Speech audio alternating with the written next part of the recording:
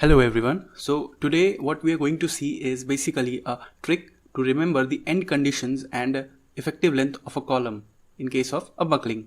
Generally we know that there are 4 different cases when we consider the columns. First case is both ends pinned. The second case is one end fixed, other is free. Third case, both ends fixed, one end fixed and other pinned. This is a relevant diagram showing the same. Now we will quickly move on to the trick. So the trick is, whenever an f will come, we will assume that the value is √2. Therefore, the first case is fixed followed by a hinged.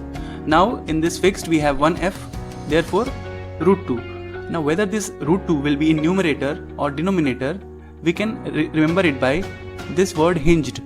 There is d. D means denominator, therefore this √2 will be in the denominator.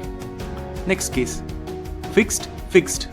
Now again there are two f's, so 2f means √2 into √2 is equals to 2. Again, whether it is in numerator or denominator, it will be d, therefore it is in denominator. Next case, fixed free.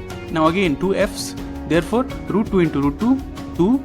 Now here there is no d, so we can consider it to be in the numerator, so 2l. Last case, hinge. Now since there is no f, so we can simply consider this value as 1, so it will be L. I hope you like this trick.